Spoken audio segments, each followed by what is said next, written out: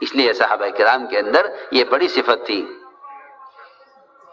کہ اگر وہ کسی کے اندر کوئی خرابی دیکھتے تو اس سے نفرت نہیں کرتے تھے، اور کسی میں کوئی خوبی دیکھتے تو اس سے حسد نہیں کرتے تھے۔ یہ صحابہ کرام کی ایک بڑی صفت تھی یہ، کہ اگر کسی میں کوئی خیر دیکھتے تھے تو اس سے حسد نہیں کرتے تھے، اور کسی کے اندر کوئی خرابی دیکھتے تھے تو اس سے نفرت نہیں کرتے تھے، ہاں بلکہ جن میں کوئی خیر دیکھتے ان کے پیچھے ہو لیتے۔ تقسیم کار کس کے ذمہ کیا کام ہو، کون کیا کام کرے، کون کیا کام کرے۔ میں آپ کو سچی بتاؤں، حقیقت یہ تقسیم کار اللہ کی طرف سے ہوتی ہے۔ مشورے والے تو اس کی تنفیذ کرتے ہیں، صرف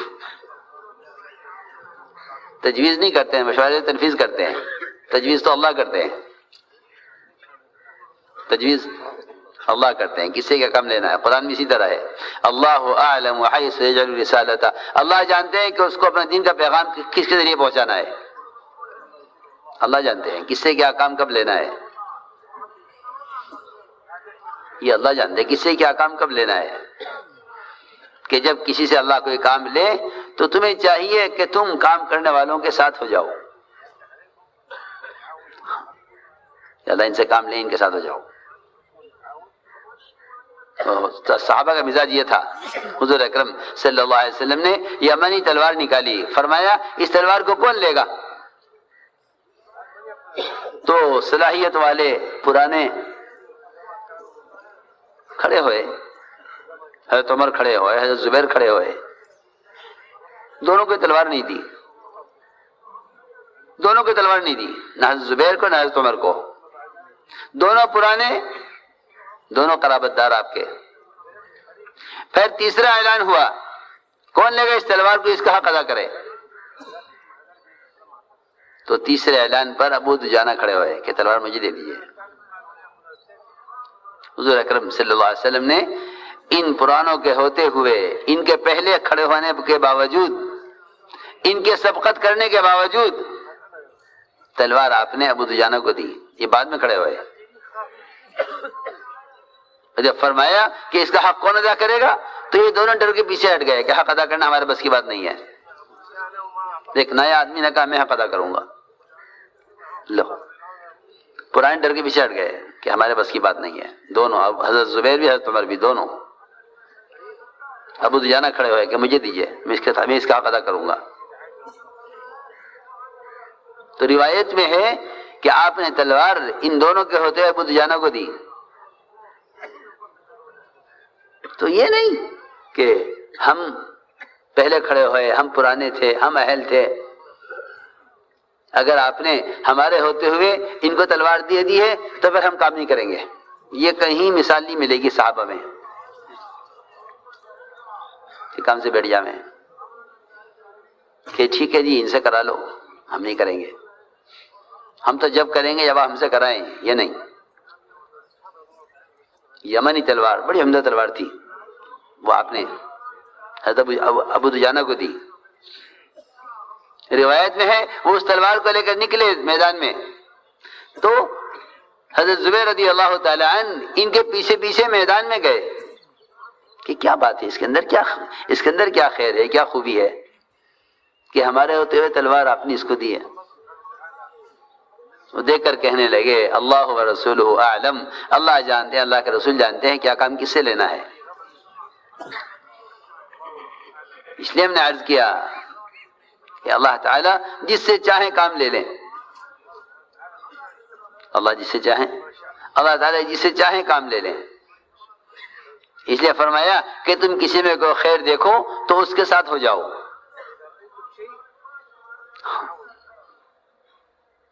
جس میں کوئی خیر دیکھو کہ اس کے ساتھ ہو جاؤ، تاکہ اللہ تعالیٰ ان کے ذریعے سے ہم سے بھی کام لے لیں، کہ اللہ تعالیٰ کے ذریعے ہم سے بھی کام لے لیں۔ اس لیے فرمایا اتقوا اللہ وکونوا مع الصادقین، کہ اللہ سے ڈرو اور سچوں کے ساتھ ہو جاؤ، اللہ سے ڈرو اور سچوں کے ساتھ ہو جاؤ۔ اتقوا اللہ وکونوا مع الصادقین۔ تو ہم نے عرض کیا کہ اس اجتماعیت کو حسد توڑ دیتا ہے، اور آپسی تعاون کو بھی حسد توڑ دیتا ہے. ہم ان کا ساتھ نہیں دیں گے، حالانکہ یہ کام باہمی تعاون کا ہے، یہ کام آپسی تعاون کا ہے. دوسری بات یہ ہے بہت ضروری کہ کسی کا بھی تعاون کرنے میں، کسی کا ساتھ دینے میں، کسی کا تعاون کرنے میں سب سے پہلے یہ دیکھ لو کہ میں اس کی مدد یا اس کا ساتھ دے رہا ہوں اپنے ذاتی تعلق کی وجہ سے یا دین کی وجہ سے. یہ بات بہت ضروری ہے، اس لیے کہ جب ایک دوسرے کا تعاون، ایک دوسرے کی مدد ذاتی تعلقات کی بنیاد پر ہوگی تب بھی آپس میں اجتماعیت باقی نہیں رہے گی، بلکہ افتراق پیدا ہوگا. ہم تو ان کا ساتھ دیں گے، ہم تو ان کا ساتھ دیں گے. کیوں؟ حق تو ایک ہے، اللہ ایک ہے، اس کا دین ایک ہے، اس کا قرآن ایک ہے، اس کا نبی ہے، اس کی طرف سے نبی ایک ہے، قبلہ ایک ہے. پھر کیا مطلب اس کا کہ خیر کے کام میں تعاون ان کا کریں گے ان کا نہیں کریں گے؟ یہ کیا بات ہوئی؟ دیکھو بہت ضروری بات ہے کہ خیر کے کام میں تعاون کرنے میں یہ مت دیکھو کہ یہ کون ہے، مجھے کس کا ساتھ دینا چاہیے. ہمارے یہاں یہ سوال محمل سوال ہے کہ ہم کس کا ساتھ دیں، ہم کس کا ساتھ دیں. ہمارے یہاں سوال محمل سوال ہے، اس لیے کہ تعاون دین کا ہے، تعاون دین کا تعاون ہے. اگر یہ تعاون ذاتی تعلقات کی وجہ سے ہوا تو پارٹی بنے گی، اور اگر یہ تعاون دین کے لیے ہوا تو امت بنے گی.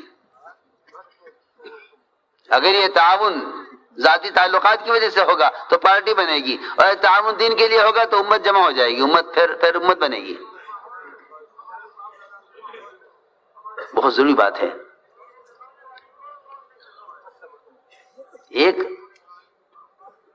عرض کرتا ہوں کہ اگر کوئی شخص انصار مدینہ کی بھی مدد کرے، وہ انصار مدینہ جو آپ کے زمانے میں تھے، اگر کوئی انصار مدینہ کی بھی مدد کرے صرف اس لیے کہ یہ انصار مدینہ ہمارے قبیلے کے لوگ ہیں، ہمارے خاندان کے ہیں اور ہمیں اپنے خاندان کی مدد کرنی چاہیے، تب بھی خدا کی قسم ناکام ہوگا، تب بھی ناکام ہوگا اگر انصار مدینہ کی مدد کرتا ہے. اور اس کی مثال ہے، اس کی مثال ہے، بڑی عجیب مثال ہے. ایک آدمی تھا قزمان، جب اس کا ذکر آتا تھا حضور اکرم صلی اللہ علیہ وسلم کے سامنے تو آپ فرماتے تھے کہ میں نے قزمان کو جہنم میں دیکھا ہے. صحابہ کیوں، کیا وجہ ہوگی؟ میں نے قزمان کو جہنم میں دیکھا ہے.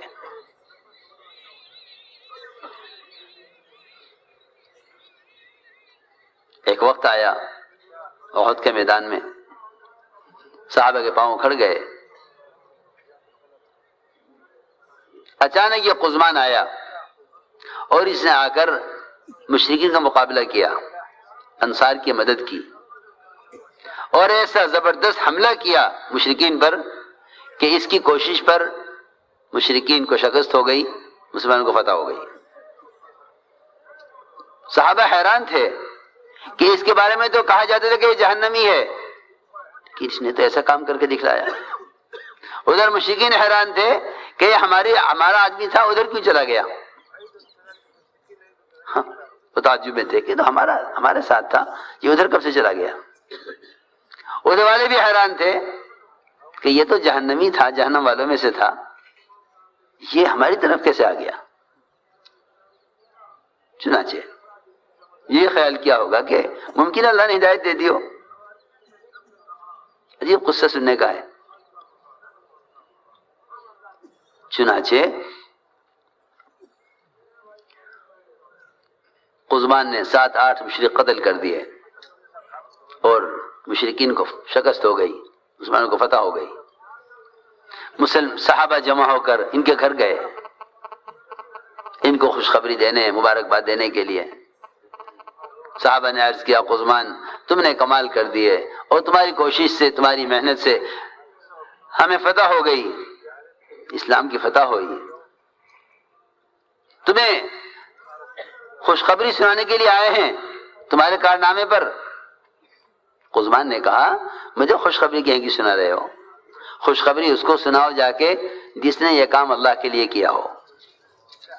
میں نے تو اپنی انصار، اپنی قوم کے لیے کیا ہے، اور یہ بات ضروری ہے کہ قوم کا آدمی قوم کا ساتھ دیا کرتا ہے.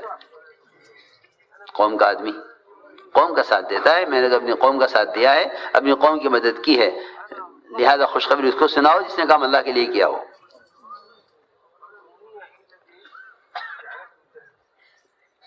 میں نے تو اپنی قوم کا ساتھ دیا ہے، مجھے کیا مطلب اس سے حق کدھر ہے، باطل کدھر ہے، صحیح کیا ہے، غلط کیا ہے.